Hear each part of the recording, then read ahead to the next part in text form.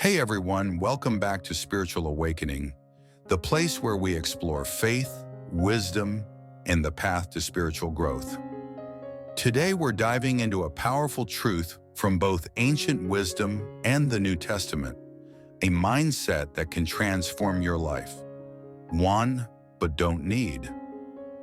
We live in a world that constantly tells us we need more money, more success, more recognition. But what if true spiritual awakening comes not from chasing these things, but from realizing you can want them, appreciate them, and still be completely at peace without them? By shifting from need to faith, we unlock a life of daily devotion, where our happiness isn't tied to what we have, but to who we are in God. The reality, how attachment controls us.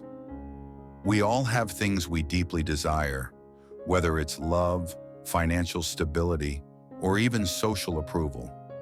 But there's a fine line between wanting something and needing it to feel whole. When we convince ourselves that we need something to be happy, we give it power over us. It stops being just a desire and becomes a condition for our peace. And that's dangerous. Because what happens when we don't get it? We feel empty, anxious, even lost. Think about it. Have you ever felt uneasy when your bank account dipped lower than expected? Or stressed when your social media post didn't get enough likes? Maybe you've even felt restless waiting for a reply from someone, as if that one text could determine your worth. These are everyday examples of how attachment controls our emotions. But let's go deeper. Imagine a person whose entire identity is wrapped up in their career. If they lose their job, their world collapses. Or someone who believes they need to be in a relationship to be happy. When that relationship ends, they feel shattered. This isn't just about wants anymore. It's about dependence. Now here's the good news. We don't have to live this way. Spiritual awakening teaches us that true peace comes when we shift our focus from external validation to inner faith. When we learn to want something, enjoy it, but not let it define us. That's when we're truly free. That's the power of the want but don't need mindset. It's not about rejecting the good things in life. It's about holding them with open hands rather than a clenched fist. Science, the psychology behind detachment. Studies in psychology reveal that people with secure attachment styles are the ones who experience the most consistent happiness. They are able to love deeply, work passionately, and appreciate life without being dependent on external validation. Neuroscience also plays a role here. When we get something we desire, a new car, a promotion, or even a compliment, our brain releases dopamine. This feel-good chemical gives us a temporary high. But like any high, it fades and we're left craving more. This is why material possessions or external achievements never bring lasting fulfillment. But here's the good news. You can train your mind to experience lasting joy, not by denying yourself good things, but by shifting your relationship with them. Instead of seeking happiness from things, you cultivate it within yourself. Biblical wisdom. What does Jesus say about this? The Bible has been teaching this concept for thousands of years. Jesus himself warned against placing our value in earthly possessions. Matthew 6:19-21 says, "Do not store up for yourselves treasures on earth, where moths and rust destroy, and where thieves break in and steal. But store up for yourselves treasures in heaven. For where your treasure is, there your heart will be also." Think about that for a moment. Jesus isn't saying that money, success, or relationships are bad. He's not telling us to reject the blessings of this life. What he's saying is, don't let them own you.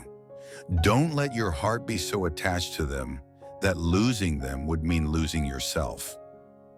Because here's the truth.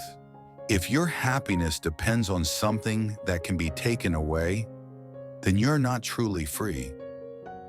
We see this all the time. A person builds their identity around wealth, and when the market crashes, their world collapses. Someone else finds their worth in a relationship, and when it ends, they feel completely lost. The problem isn't having these things, it's needing them to feel whole. And that's exactly why the Apostle Paul's words in Philippians 4:11-12 are so powerful. I have learned to be content whatever the circumstances. I know what it is to be in need, and I know what it is to have plenty. I have learned the secret of being content in any and every situation. Paul wasn't against material things. He just wasn't ruled by them. He had discovered something most of us spend our whole lives chasing: contentment that isn't tied to circumstances. He could want things, appreciate them, but he didn't need them to have peace.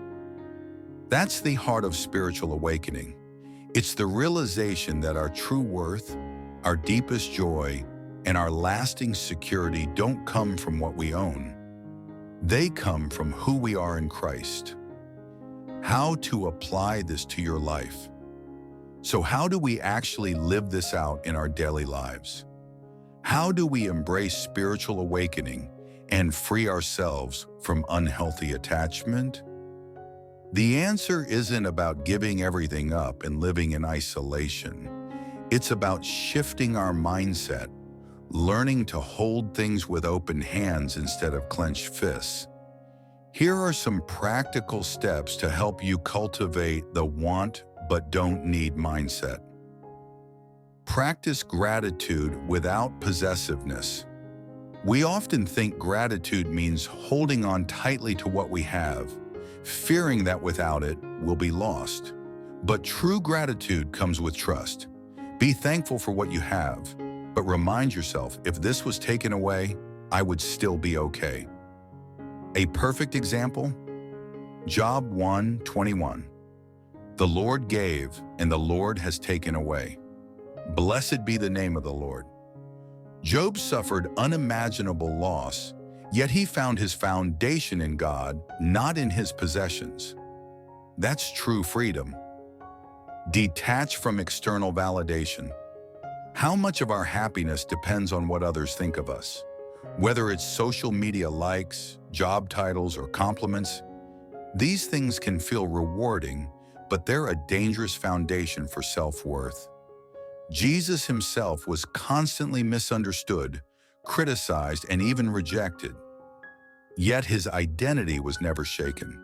Why? Because he lived to please God, not man. John 5:30. Appreciate recognition when it comes, but don't depend on it to define you. Meditate on the eternal. Our hearts naturally chase after what we focus on. If we're constantly absorbing messages of materialism, comparison, and success, we'll find ourselves needing those things. But if we shift our attention to what truly lasts, our desires will follow. Journal on Bible verses about contentment. Engage in daily devotional time. Focus on ancient wisdom that reminds you of eternal truths. Try this. Each morning, read Matthew 6:33. Seek first his kingdom and his righteousness, and all these things will be given to you as well. Then ask yourself, what am I truly seeking today? Reframe your desires. Desire isn't the problem, attachment is. The goal isn't to suppress what you want, but to change the way you see it. Instead of thinking, I need this to be happy, try, I would enjoy this, but my joy isn't based on it. This shift in perspective brings peace. It allows us to fully enjoy life's blessings without fearing their loss. It gives us confidence that no matter what happens, we are secure in something greater than this world. And that's the essence of spiritual awakening, learning to live with open hands, finding contentment in Christ, and walking in true freedom. So here's the challenge. What are the things in your life that you feel attached to? Your status? Your wealth? A relationship? What if, instead of feeling controlled by these things, you could learn to enjoy them freely, knowing that your true worth comes from something greater? Jesus offers us a freedom that goes beyond circumstances. It's not about rejecting life's blessings, but about holding them with open hands. When you learn to want but don't need, you step into a deeper level of spiritual growth, one where peace, joy, and fulfillment aren't dictated by the world, but by God's eternal truth. If this message resonated with you, take a moment today to reflect. What's one thing you can start detaching from? And how can you shift your mindset toward true spiritual freedom? Thank you for joining me today on Spiritual Awakening. If you found this episode meaningful, consider subscribing for more daily devotionals and Bible study content. Until next time, may you continue to find joy in what you have, while keeping your heart anchored in what truly matters.